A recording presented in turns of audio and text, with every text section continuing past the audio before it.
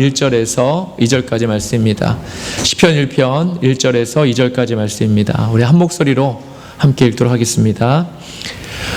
복 있는 사람은 악인들의 꾀를 따르지 아니하며 죄인들의 길에 서지 아니하며 오만한 자들의 자리에 앉지 아니하고 오직 여호와의 율법을 즐거워하여 그의 율법을 주야로 묵상하는도다. 아멘. 살아계신 하나님의 말씀입니다. 우리 한 번 더 기도하겠습니다. 거룩하신 주님, 은혜를 감사합니다. 2019년도를 마지막 보내면서 오늘 마지막 주일 예배를 주님 앞에 올립니다. 이 시간 또 주님의 말씀을 듣습니다. 저희들이 말씀을 통해서 정말 하나님이 주시는 복을 잘 감당할 수 있는 복 있는 사람이 되도록 인도하여 주옵소서. 이 말씀을 통해서 저희들 온전히 하나님께 또 영광 돌리는 귀한 시간 되도록 인도하시며 부족한 종의 입술을 주장하셔서 말씀이 온전히 전달되고 말씀이 온전히 저희 안에서 살아서 역사하는 귀한 시간 되도록 인도하여 주옵소서. 우리 주 예수 그리스도의 이름으로 감사하며 기도드립니다. 아멘. 감사합니다. 이제 2019년도 한 해가 저물어가고 있습니다. 오늘이 이제 2019년도 마지막 주일 예배라는 것이 저 개인적으로 이렇게 정말 믿기지 않을 정도로 한 해가 너무 빨리 지나간 것 같습니다. 매년 연말이 되면 이제 대부분의 많은 사람들이 똑같이 갖게 되는 생각이 있는데 이게 좀 아쉽다라는 그런 생각일 것 같습니다. 조금만 좀 더만 좋았더라면, 각자 개인적으로 이 부분이 조금 더 좋았더라면, 혹은 또 저 부분이 조금 더 좋았더라면, 이러면서 이제 아쉬웠던 부분을 이렇게 생각하곤 하죠. 그래서 아쉬웠고 또 속상했고 그리고 또 안 좋았던 일들을 우리가 이제 모두 잊고 정말 오는 새해에는 또 다른 이제 기분 좋은 출발을 하자는 의미에서 송년회를 이제 잊을 망자를 써서 망년회로 이렇게 부르던 시절도 있었습니다. 지금은 망년회라는 말은 이제 잘 안 쓰는 것 같고 송년회라고 이렇게 부르면서 아쉬웠던 그런 한 해를 떠나보내는 것으로 이렇게 자리 잡은 것 같습니다. 그런데 우리 크리스천들은 이 연말과 또 새해를 이렇게 맞이하면서 무엇보다도 감사로 마무리하기를 원합니다. 감사로 또 새해를 시작해야 될 줄로 믿습니다. 아멘. 지난 한 해에 하나님께서 부어주셨던 너무나도 많은 은혜를 생각할 때 정말 감사하고, 또 다시 시작될 한 해, 새해에 하나님이 우리에게 또 주실 복과 또 은혜, 우리가 좀 미리 감사하는 겁니다. 미리 감사하면서 새해를 맞이한다는 겁니다. 사람들은 새해가 되면 다들 인사를 합니다. 어떤 인사를 하죠? 어떤 인사를 합니까? 새해 복 많이 받으세요. 이렇게 인사합니다. 옆에 분들에게 한번 인사 미리 한번 해볼까요? 새해 복 많이 받으세요. 인사하겠습니다. 새해는 아직 시작되지 않았지만 우리가 미리 인사를 했습니다. 그런데 언제부터인지 한국의 크리스천들 사이에서는 교회에서 이 새해 복 많이 받으세요 이런 말이 많이 줄어든 것 같습니다. 대신에 은혜 많이 받으세요. 또 은혜로 충만하시기 원합니다. 은혜 충만하세요. 이런 인사를 우리가 많이 하게 됩니다.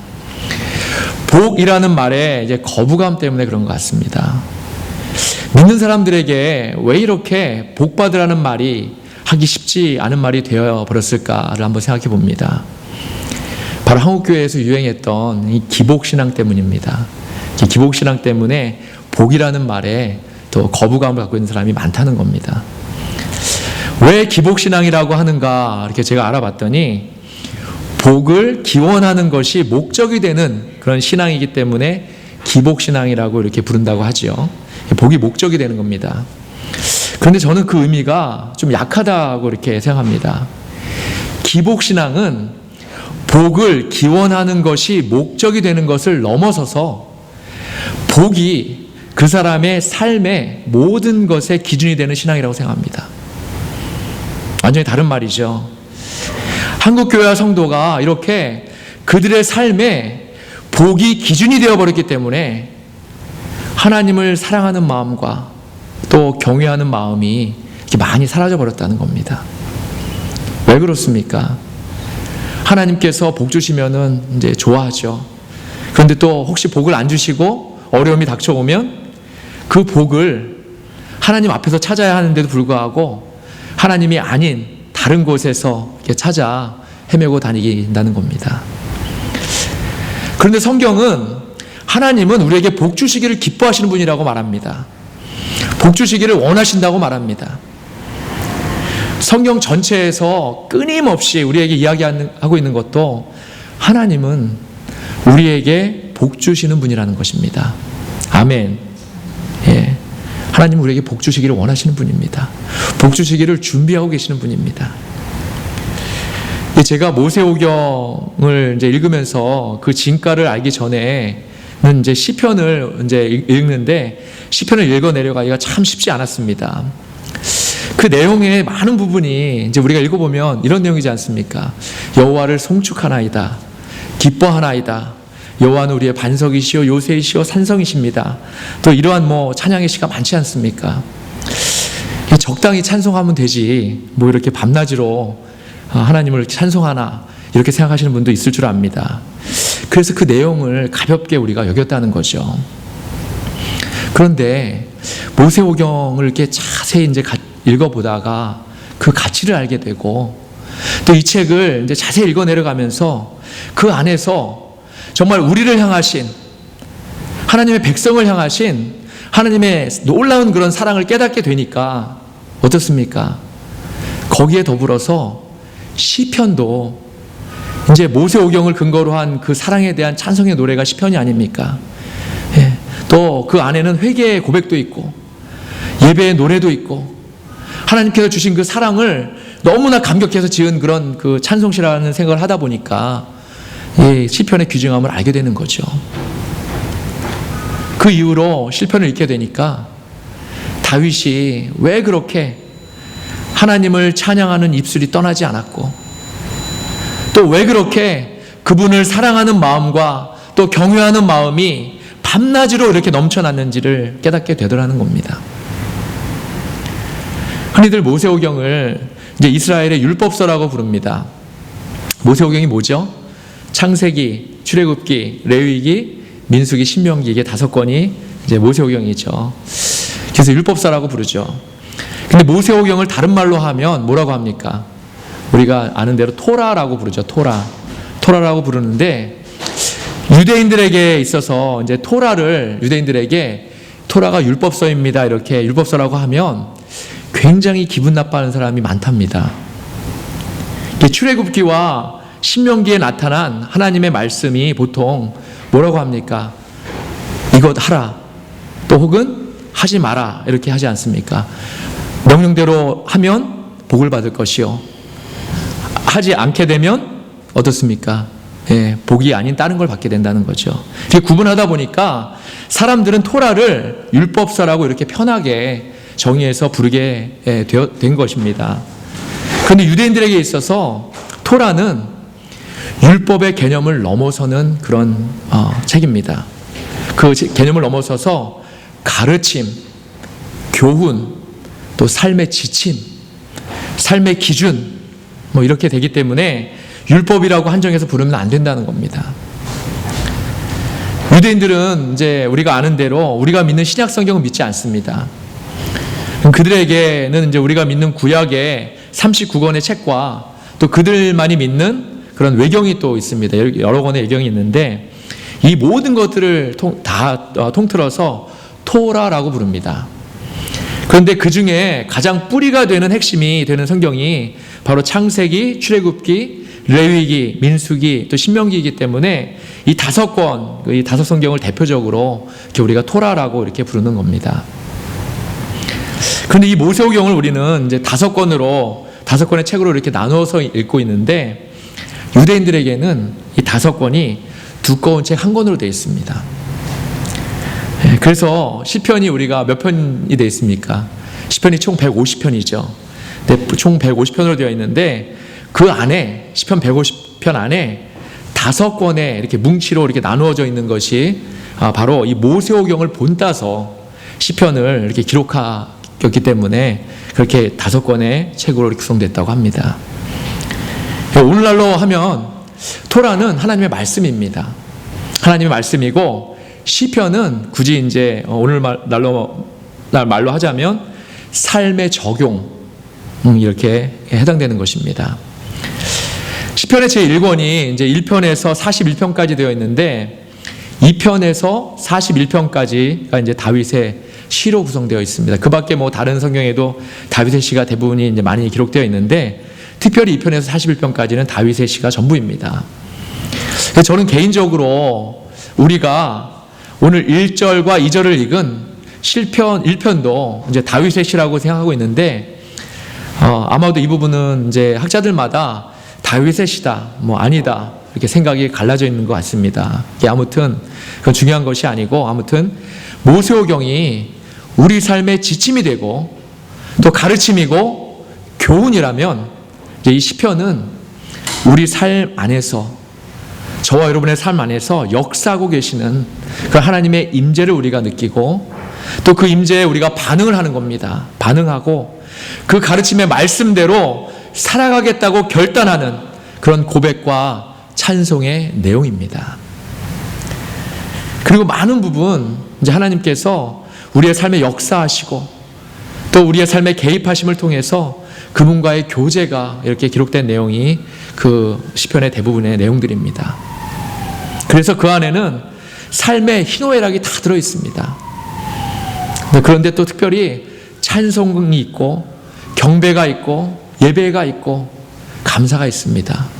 그리고 또 회개가 들어 있습니다. 그래서 시편이 우리에게 얼마나 중요한 성경인지 모릅니다. 그런데 150편이나 되는 이제 우리 삶의 반응에 대한 그런 책의 첫째 장에서 제일 먼저 소개되는 내용이 뭐죠? 바로 복이라는 그런 글자입니다. 복에 관한 내용이라는 것입니다. 이 사실만 놓고 보더라도 하나님이 얼마나 우리에게 복 주시기를 원하고 계시고 또 우리가 그 주시는 복을 다 받아서 누려야 하는지를 깨닫게 됩니다. 아까 서두에서 이제 기복신앙이 우리 삶의 기준이 복이 되는 신앙이라고 했는데 우리 삶의 기준과 목적은 하나님이 되어야 할 줄로 믿습니다. 아멘. 또한 예수님이 되어야 할 줄로 믿습니다.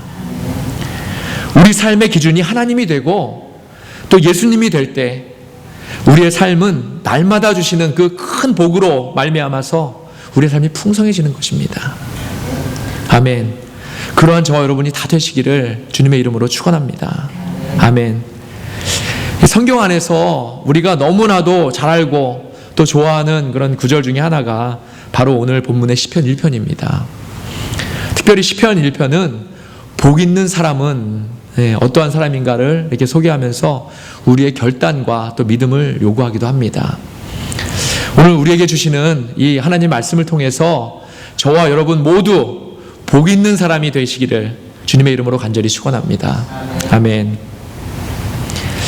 먼저 본문의 내용을 이제 살펴보기에 앞서서 토라가를 우리가 함께 이제 봤는데 토라의 영적인 의미가 있습니다. 토라의 영적인 의미에 대해서 우리가 살펴보기를 원합니다.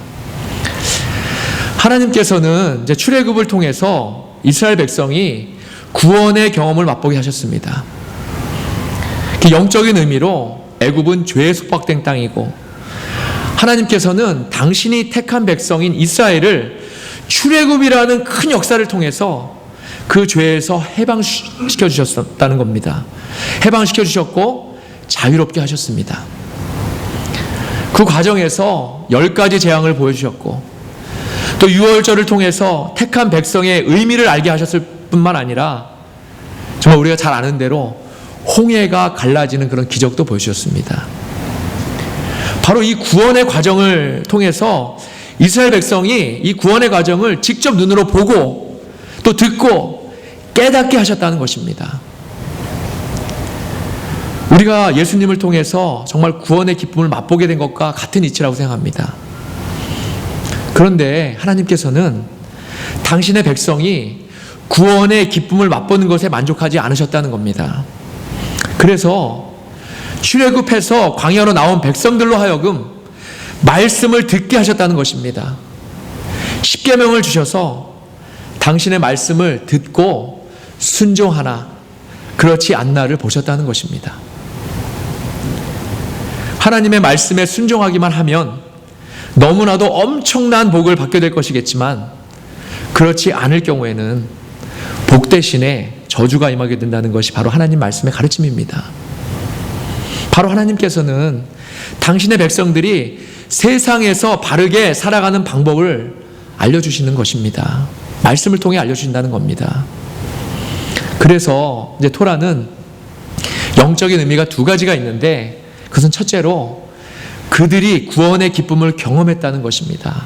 그리고 다른 하나는 하나님의 말씀을 듣는 경험을 하게 하셨다는 것입니다. 여기서 하나님의 말씀을 듣는다는 것의 의미는 듣는 것 자체를 말하는 것이 아니라 듣고 따르는 것, 바로 순종을 포함한다는 것입니다. 이 영적인 의미를 토대로 이제 오늘 말씀 우리가 살펴보아야 합니다. 본문의 1절을 제가 다시 한번 읽겠습니다.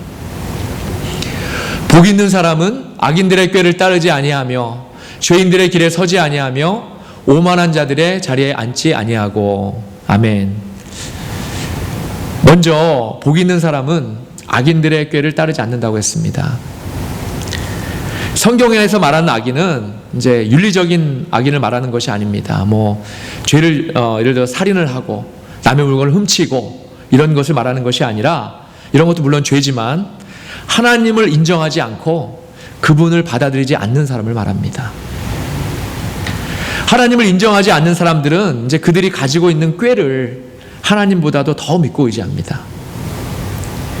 반면에 하나님을 인정하고 그분을 받아들이는 사람은 하나님이 주시는 지혜로 사는 사람이고, 또 그 사람이 바로 복 있는 사람이라는 겁니다. 또한 복 있는 사람은 죄인들의 길에 서지 아니하며 라고 했습니다. 여기서 죄인이라는 말에 사용된 어원을 보니까 잠언 1장 10절에서도 같은 의미로 쓰여졌는데, 바로 악인들과 같은 의미입니다. 악인들의 꾀를 따르지 아니하며 라는 그 악인들과 같은 의미로 쓰여졌습니다. 복 있는 사람은 악인들의 꾀를 따르지 않을 뿐더러 아예 그들이 가는 길에 서는 일조차도 없다는 것입니다. 이 말의 더 깊은 뜻은 아예 그들과 상종조차도 하지 않는다는 겁니다. 그리고 세 번째로 복 있는 사람은 오만한 자들의 자리에 앉지 않는다고 했습니다. 누가복음 18장에 보면 이제 예수님께서 바리새인과 세리의 기도를 비교하는 장면이 나오는데, 그 비유의 말씀을 다 하시고 나서 제자들에게 하시는 말씀이 있습니다. 누가복음 18장 14절의 말씀인데요. 한번 함께 읽겠습니다.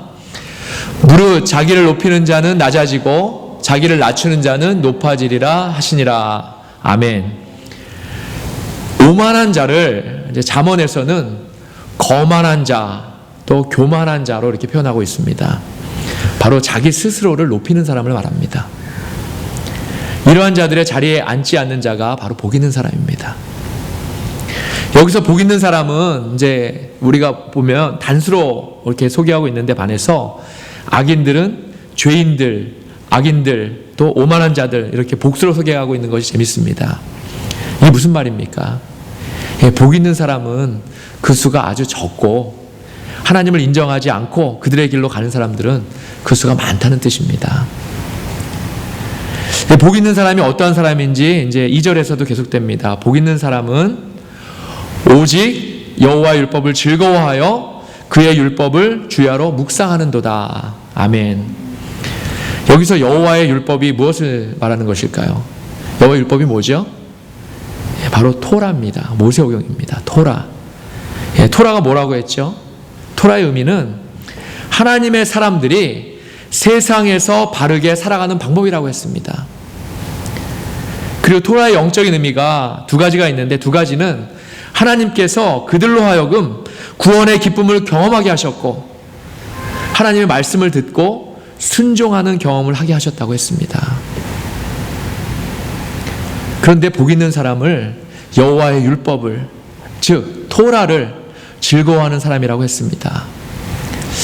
저는 토라를 즐거워한다라는 글의 말의 의미가 무엇일까 이렇게 생각하다가 다윗의 이제 지은 시 고백을 읽게 되고, 바로 이거구나.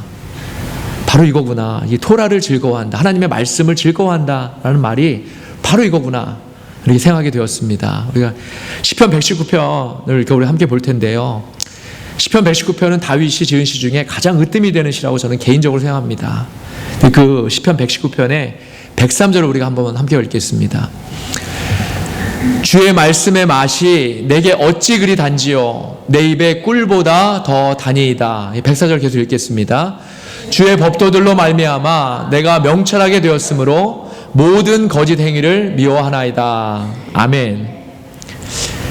예전에 여우나 그 장로님이라는 분이 계신데 그분이 쓰신 그 이슬비 성경 암송을 그분이 개발하셨습니다. 어떻게 하면 성경 암송을 좀 더 잘할 수 있을까를 이제 연구하신 거죠. 그래서 이슬비처럼 이렇게 자주 이렇게 맞으면 우리가 아주 흠뻑 젖지 않습니까? 그거 마찬가지로 이슬비처럼 이렇게 성경을 읽으면 그 성경이 암송이 된다는 걸 이렇게 개발하셨습니다. 그래서 이것에 관해서 책도 쓰시고 하셨던 장로님이 이 다윗의 시를 가지고 말씀이 너무나 달다고 꿀처럼 달다고 이렇게 하셨던 것을 그 책으로 제가 읽은 적이 있었는데 당시에는 말씀이 꿀처럼 달다는 말이 이제 이해가 되지 않았었습니다.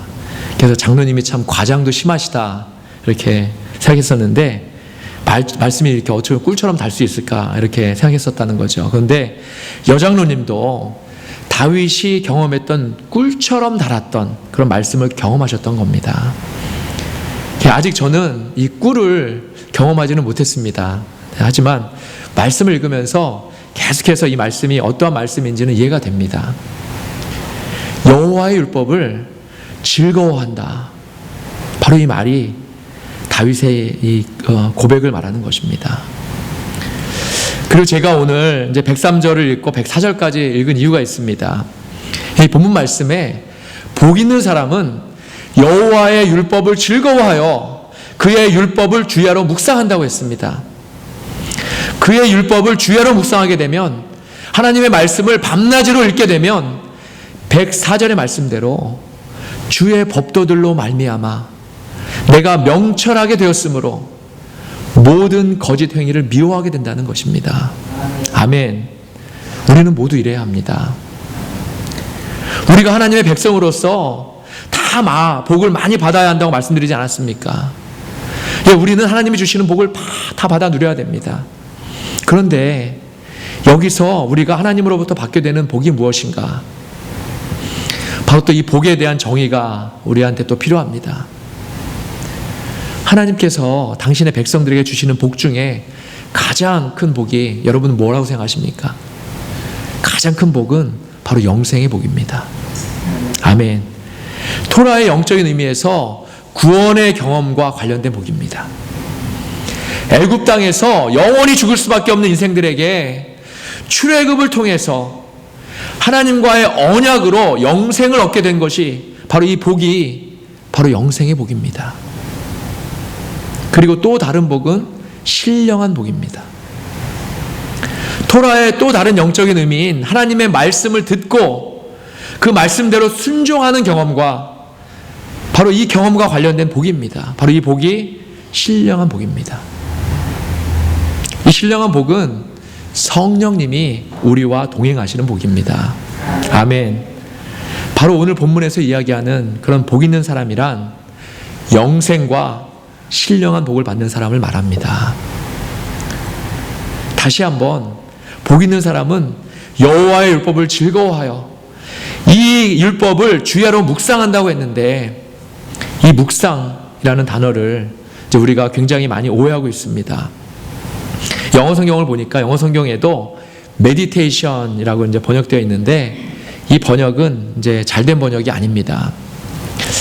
예전에 이제 제가 다녔던 신학교에서는 spiritual direction이라고 해서 천주교에서 내려오는 그 관상기도 또 묵상기도의 이제 방법을 배우고 연습하는 과목이 있습니다. 그리스도의 기독교의 영성이라는 그런 그 제목을 가지고 이렇게 배우는 것입니다. 이제 그 수업이 제가 목회학 석사를 할 때 이제 필수 과목 중에 하나라서 이 과목을 제가 듣게 되었습니다.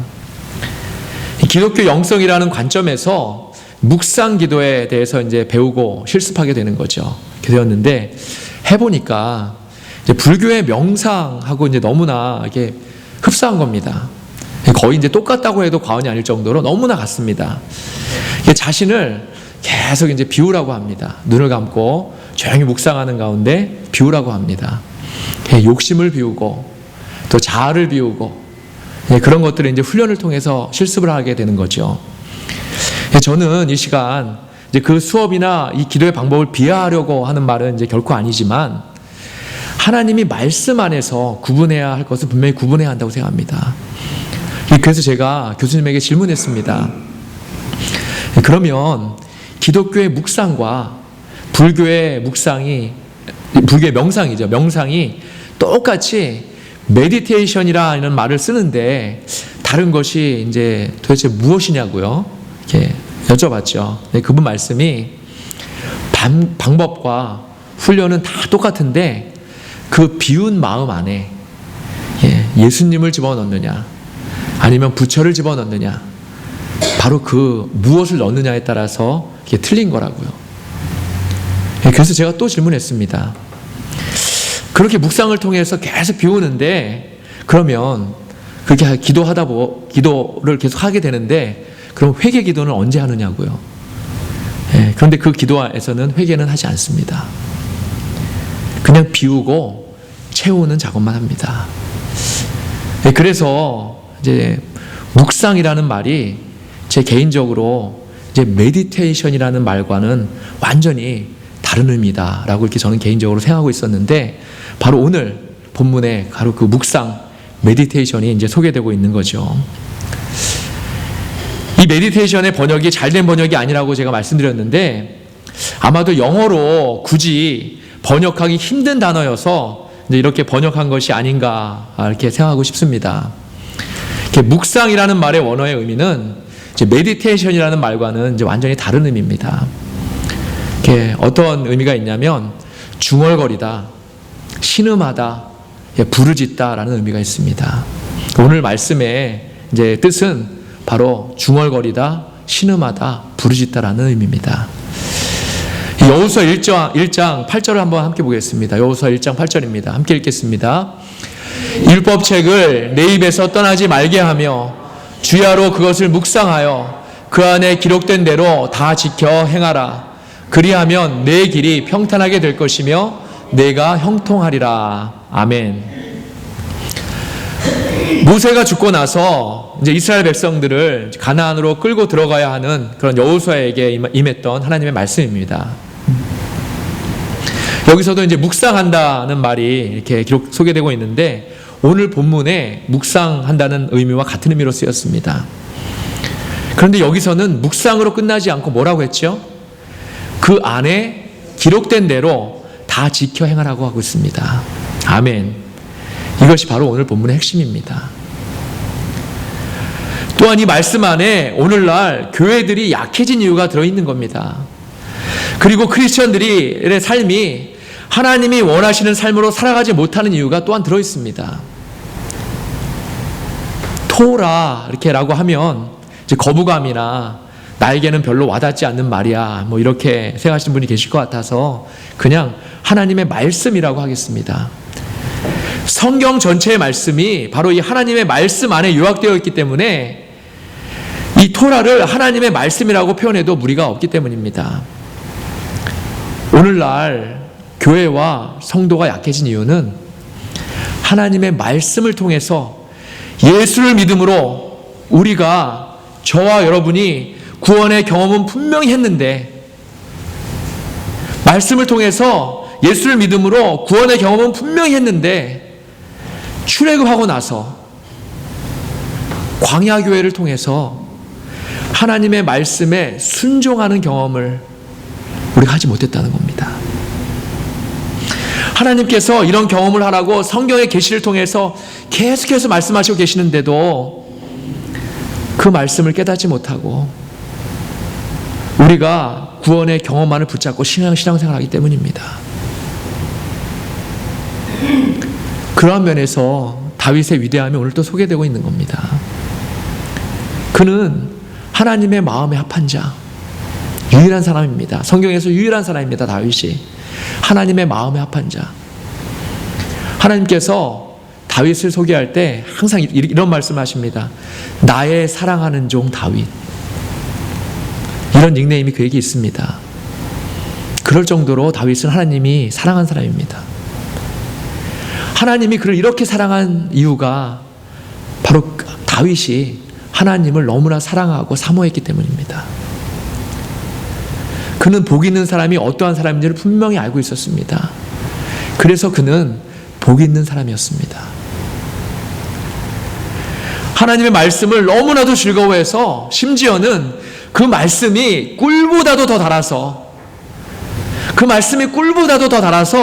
그 말씀을 밤낮으로 중얼거리면서 때로는 부르짖으면서 그 말씀대로 행하고 또 순종했던 사람이었습니다. 오늘 본문은 어쩌면 다윗의 신앙 고백입니다. 하나님의 말씀과 다윗의 고백이 이러한데도 오늘날 교회와 성도들은 정말 하나님의 말씀을 메디테이션 하는 데만 그치고 있다는 겁니다. 말씀을 잘못 이해해서 교회에서조차 그렇게 가르치고 있습니다. 성경 전체에서 우리에게 이야기하고 있는 것은 복 있는 사람은 바로 여호수아의 말씀대로 하나님의 말씀을 내 입에서 떠나지 말게 하며 주야로 그것을 묵상하여 그 안에 기록된 대로 다 지켜서 행하는 것입니다. 아멘. 이것이 바로 복 있는 사람입니다. 아멘. 사랑하는 여러분, 저는 저와 여러분이 전부 복 있는 사람이기를 원합니다. 하나님의 말씀을 주야로 부르짖기를 원합니다. 그리고 그 말씀대로 순종하며 행하는 저와 여러분이 다 되시기를 바랍니다. 하나님의 말씀을 메디테이션으로 끝나는 신앙인이 되지 않기를 바랍니다. 시편 150편의 모든 내용처럼 날마다 저와 여러분의 입술이 하나님을 찬송하고 경배하고 예배하고 감사하고 하나님께 회개하는 그런 회개가 끊이지 않기를 바랍니다. 이제 얼마 남지 않은 2019년도 은혜 가운데 잘 마무리하시길 원합니다. 잘 마무리하시고 모두 새해 복 많이 받으시기를 바라고, 무엇보다도 여러분 모두 저를 포함해서 복 있는 사람이 다 되시기를, 한 분도 빠짐없이 다 복 있는 사람이 되시기를 주님의 이름으로 간절히 축원합니다. 아멘. 기도하시겠습니다.